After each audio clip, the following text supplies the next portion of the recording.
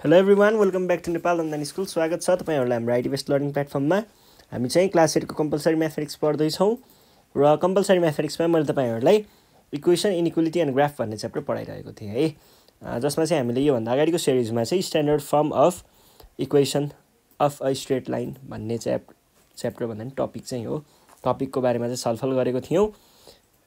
योभन्दा अगाडि हामीले स्ट्यान्डर्ड फर्मको राम्रैसँग कुरा गऱ्यौँ है, अनि त्यसबाट हामीले के चाहिँ जानकारी पाउन सकिन्छ, कुनै इक्वेसनलाई हेर्दा बित्तिकै त्यसको चाहिँ स्लोप कसरी भन्ने कुराहरूको बारेमा छलफल गरेको थियौँ भने अब यो सिरिजमा चाहिँ हामी हाम्रो विगतको सिरिजमा भएका कुराहरूको इक्जाम्पलहरू चाहिँ सल्भ गर्छौँ है, जुन चाहिँ हामीलाई बिआलीको एक्जामिनेसनमा सोधिने गरिन्छ।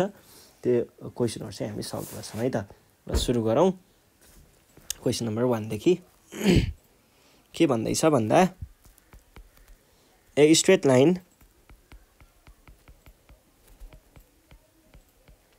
passes through points P 2,4 and Q कति 6,10। अब क्वेसनले के भनेको छ, draw the graph of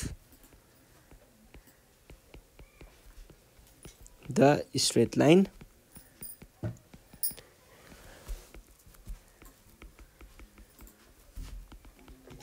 find the difference between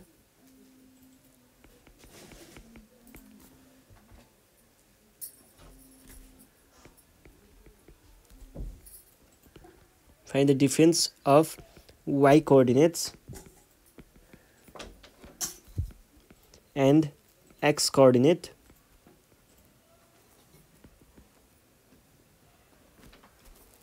in PQ। त्यसै गरी अर्को क्वेसन छ, find the slope of PQ।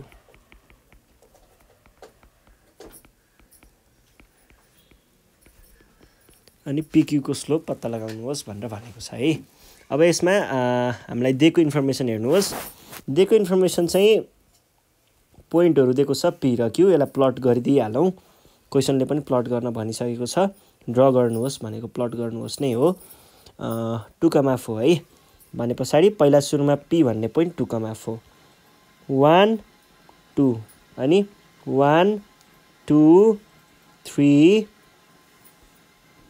ओहो गाह्रो पो पर्यो त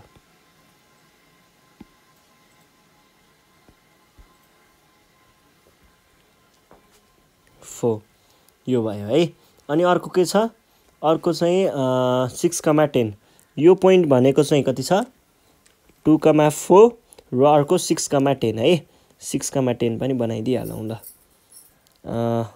1 2 3 4 5 6 अनि 10 हो।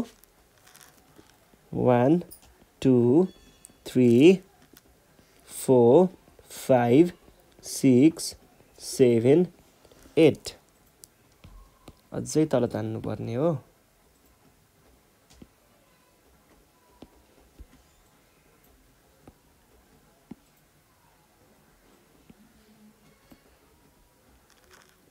One, 2, 3, 4, 5, 6, 7, 8, 9, 10 भनेपछि यो पोइन्ट भनेको 6,10 रहेछ। यो कुरा चाहिँ हामीले ड्र गर्न सक्यौँ है। अब ड्र गरिसके पछाडिको हाम्रो नेक्स्ट भनेको के भनेको छ क्वेसनले, ड्र लाइन, स्ट्रेट लाइन पनि त बनाउनु पर्यो नि।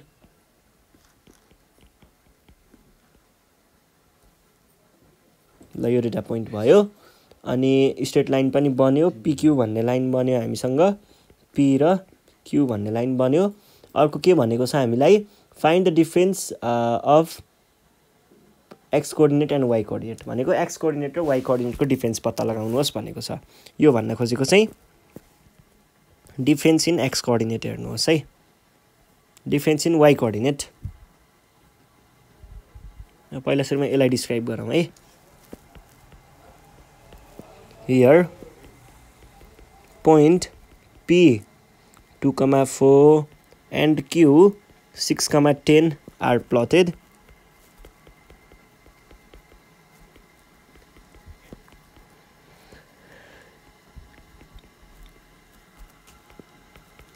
And PQ is obtained.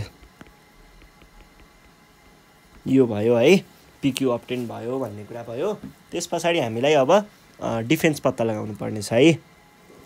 Difference पत्ता लगाउनको लागि चाहिँ हामीले के गर्छौँ भन्दा लेट P भन्ने पोइन्ट 2,4 जुन छ यसलाई मैले P x1, y1 भने है। यो भनेको चाहिँ x1 y1 भयो है। अनि Q भनेको चाहिँ हाम्रो कति छ 6,10 छ। 6,10 लाई चाहिँ मैले Q x2, y2 भनेर भने है। भनेको x2 र y2 भयो। अब हामीलाई डिफरेन्स कसरी पत्ता लगाउनु छ, यो y कोअर्डिनेटहरुको डिफरेन्स भनेको यो y दुईटा y को डिफरेन्स, x कोअर्डिनेट भनेको पनि यो दुईटा x को डिफरेन्स पत्ता लगाउनुहोस् भनेको है। यसको लागि चाहिँ हामीले के भन्छौं, नाउ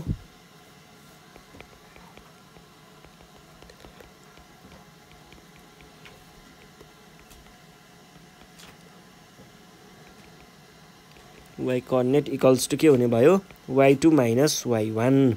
y2 भनेको कति छ 10 माइनस 4 भनेको 6। अनि अर्को के छ, अल्सो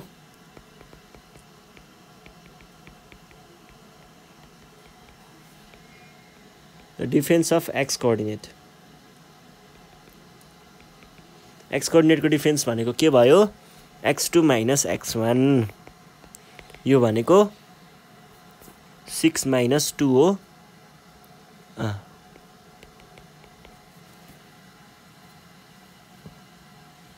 यो भयो है डिफरेन्स। अब स्लोपको भन्दा पनि पहिला तपाईहरुलाई मैले एउटा कुरा सोध्न चाहे ल। यो हेरेर चाहिँ तपाईहरुले के बताउनु पर्यो भन्दाखेरि यो लाइन जुन छ PQ, यो PQ को स्लोप पोजिटिभ होला कि नेगेटिभ होला, कस्तो खालको होला हेर्नुस् त। लाइन यसरी राइज भएको छ भने यसले पोजिटिभ स्लोप दिन्छ।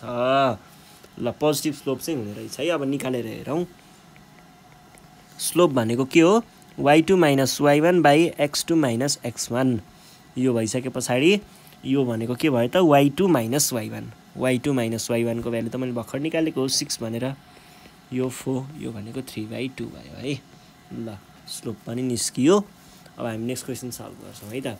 नेक्स्ट क्वेशन चाहिँ हामीलाई के भनेको छ भन्दाखेरि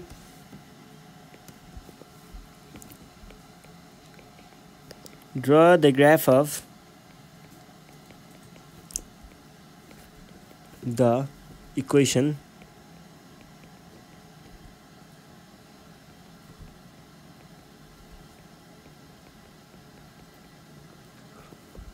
find its slope taking 2 points and y intercept भनेर भनेको छ है। ल क्वेशन बुझ्नुहोस् त।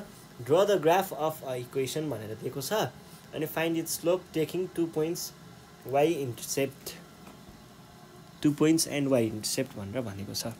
हामीलाई y इन्टरसेप्ट पनि पत्ता लगाउनु पर्ने छ, यसको ग्राफ बनाउनु पर्यो पहिला त। ल ग्राफ बनाउनु भन्दा अगाडि के गर्नु पर्यो, हियर क्वेशन के छ y इक्वल्स टु, यसको लागि टेबल फर्म गर्नु पर्यो। x तीनटा पोइन्टहरु प्लट गर्नु पर्यो जसमा एउटा पोइन्ट हुन्छ x को भ्यालु 0 राखेर हेर्ने। मैले भनेको थिएँ नि फर्स्ट दुईटालाई x को भ्यालु र y को भ्यालु 0 राखेर हेर्नुस्। अनि ट्रिक पनि दिएको थिएँ एउटा, दुईटा भ्यालु निकाल्ने अनि बीचको एउटा चाहिँ अलिकति सुइटेबल खालको पोइन्ट निकाल्ने, त्यही लेख्दिने डाइरेक्ट। त्यो पनि गर्न मिल्छ तर त्यस्तो गर्नु हुँदैन है, फेरि त्यो सिकाउनु भयो भनेर त्यो गर्ने होइन है। त्यस्तो त्यो त सर्टकट पो त, त्यो त एक्जाममा गर्ने खालको चिज हो के, कपीमा गर्ने बेला चाहिँ सबै गर्नुपर्छ है। ल x को भ्यालु 0 हुँदाखेरि हेर्नुस् त यो इक्वेसन कस्तो बन्छ, x को भ्यालु 0 भयो भने यो इक्वेसन चाहिँ x को भ्यालु 0 हुँदा है, x को भ्यालु 0 हुँदा y equals to 2 times 0 minus 3 भनेको 0 माइनस 3 y को भ्यालु माइनस 3 हुने रहेछ भनेको माइनस 3 भयो हो। यो भनेको माइनस 3। ल 0, माइनस 3, 0, माइनस 3 लाई बनाऊ। मेरो अलिकति तलसम्म तान्नु होला।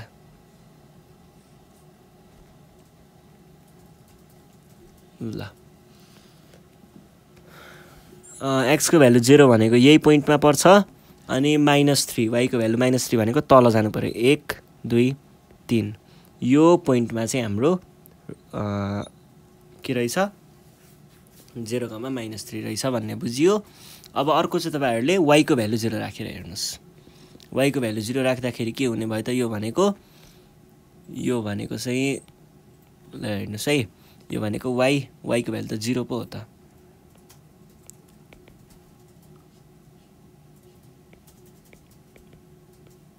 यो चाहिँ 2x - 3 हो।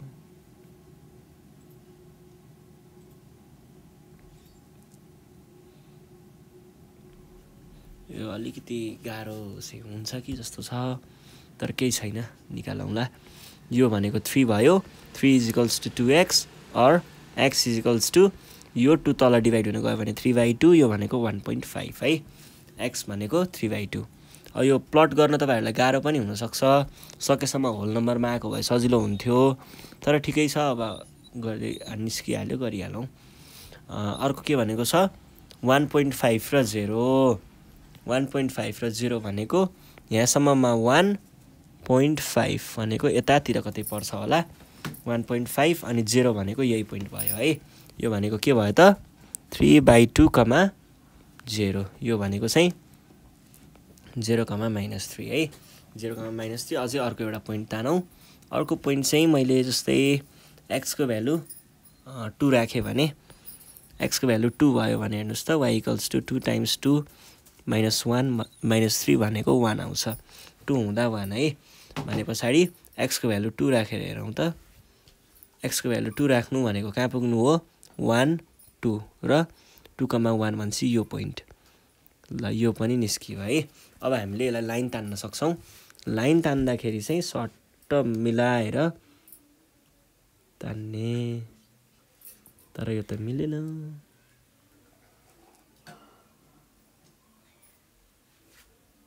ल मिल्यो। यो भयो हाम्रो लाइनको प्लट। अब क्वेशनले सोधेका कुराहरू चाहिँ निकाल्ने है। क्वेशनले के सोधेको छ त हामीलाई? क्वेशनले सोधेको कुरा चाहिँ एउटा ड्र भनेको भइहाल्यो, फाइन्ड इट्स स्लोप। स्लोप चाहिँ अब तपाईहरुले दुई तरिकाले निकाल्न सक्नुहुन्छ है। स्लोप निकाल्ने तरिकाहरू चाहिँ एउटा भनेको पोइन्ट्सबाट, एउटा भनेको इक्वेसनबाट। म दुवै तरिकाले देखाउँछु। पहिला पोइन्ट्सबाट हेरौँ।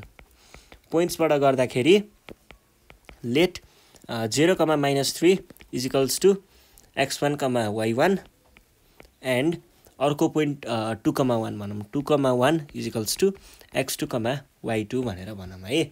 यस्तो भयो भने हाम्रो फर्मुला के छ स्लोपको? स्लोप भनेको m हुन्छ है। m भनेको y2 - y1 / x2 - x1 हो।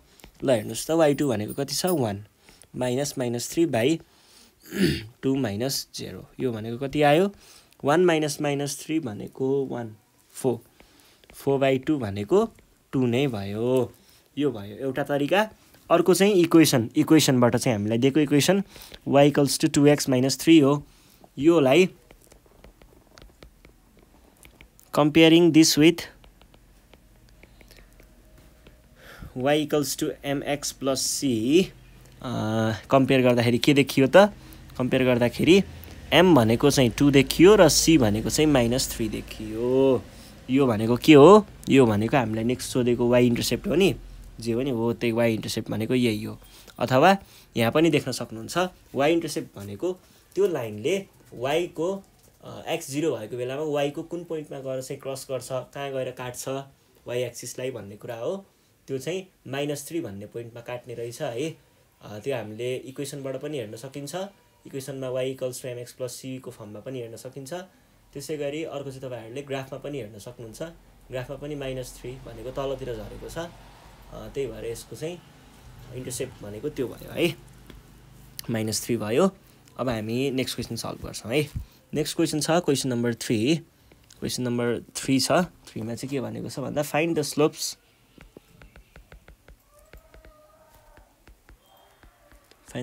and y intercept of each of the lines। यो भनेको छ है find the slope and y intercept of each line.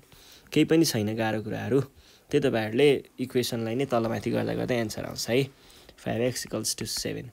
मैले के भनेको थिएँ यस्तोलाई स्ट्यान्डर्ड फर्ममा लग्ने हो भने चाहिँ हामीले स्लोप र y इन्टरसेप्ट निकाल्न सकिन्छ भनेर भनेको थिएँ।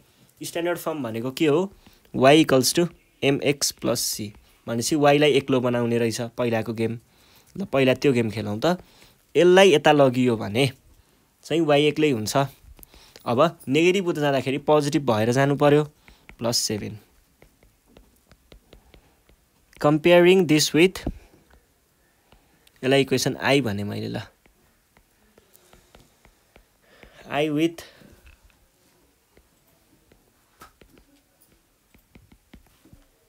+c m भनेको आयो 5 एन्ड c भनेको 7 यो भयो। अर्को इक्वेसन चाहिँ हामीलाई के दिएको छ अर्को इक्वेसन चाहिँ 2x + 6y = 3 भनेर भनेको छ।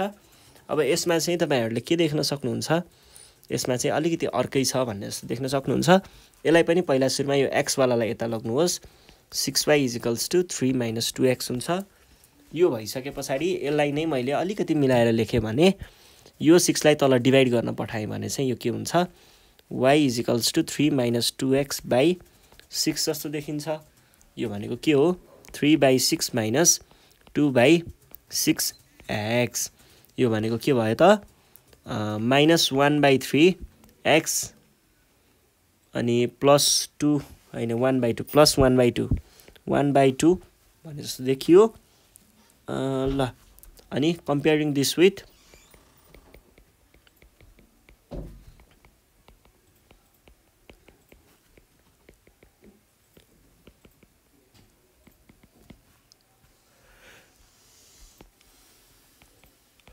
m भनेको -1/3 अनि c भनेको 1/2 x इन्टरसेप्ट र y इन्टरसेप्टको कुराहरु यही नै हो है। के अरे y इन्टरसेप्ट र स्लोपको है x इन्टरसेप्टको हामीले पढेको छैनौं। ल यही हो। अब तपाईहरुले यति चाहिँ भइहाल्यो। अरु कुराहरु चाहिँ अब यस्तै नै हो। हामीले स्लोप त निकाल्न जानिहाल्यौ। स्ट्यान्डर्ड फर्मको बारेमा पनि थाहा भइहाल्यो। यति गरेपछि हामी आजको सेसनको लागि चाहिँ बिदा माग्न चाहन्छौं। तपाईहरुले आज गरेको कुराहरुलाई प्र्याक्टिस गर्नु पर्यो घरमा है। हामीले यो भन्दा नेक्स्ट सिरिजमा चाहिँ यसको एक्सरसाइज सल्भ गर्ने छौं। त्यतिखेर सम्मको लागि नेपाल अनलाइन स्कुल बिदा माग्न चाहन्छ। साथीहरुलाई भिडियो शेयर गर्दै गर्नु होला र सब्स्क्राइब गर्न नबिर्सिनु होला है त। धन्यवाद।